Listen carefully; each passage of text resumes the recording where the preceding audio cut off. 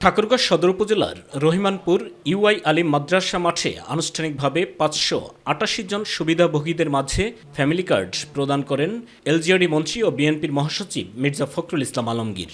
এ সময় তিনি বলেন, জনগণের শক্তির কাছে আর কোনো শক্তি বড় নয়।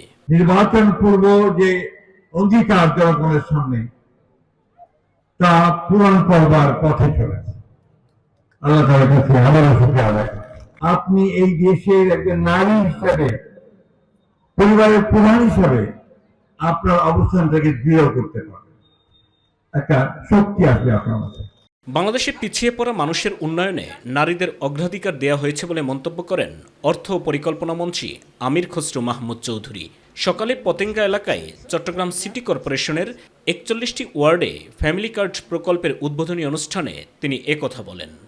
জনাব তারেক রহমান সাহেব যে পিছিয়ে পড়া মানুষগুলো আছে বাংলাদেশের, তাদেরকে মূল্যায়নের জন্য প্রথমে বেছে নিয়েছেন যে আমাদের পরিবারের যিনি নারী প্রধান, তাকে যদি ক্ষমতায়ন করা না যায় তাহলে আগামীর বাংলাদেশ করতে পারবো না।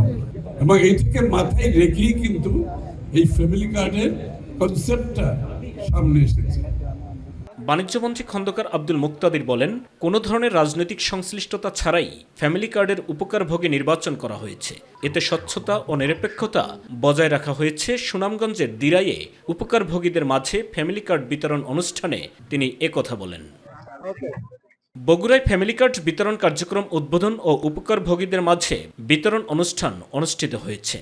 প্রধানমন্ত্রী তারেক রহমান আনুষ্ঠানিকভাবে এই কার্ড বিতরণ উদ্বোধন করার পর সকালে বগুড়ার জেলা প্রশাসক তৌফিকুর রহমান জেলার শাখারিয়া গোপালবাড়ি এলাকায় ৪৯৬ জন উপকারভোগীদের মাঝে ফ্যামিলি কার্ড বিতরণ করেন।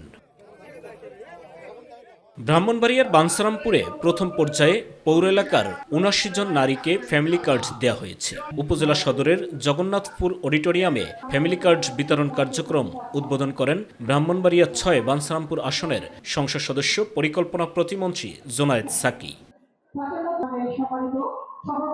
পাইলট প্রকল্পের ফ্যামিলি কার্ড প্রথম ধাপে বান্দরবান জেলার লামা উপজেলায় আনুষ্ঠানিকভাবে বিতরণ করা হয়েছে। লামা উপজেলা কমপ্লেক্সে প্রধান অতিথি হিসেবে উপস্থিত থেকে এই ফ্যামিলি কার্ড বিতরণের শুভ উদ্বোধন করেন পার্বত্য চট্টগ্রাম বিষয়ক মন্ত্রণালয়ের মন্ত্রী দীপেন দেওয়ান।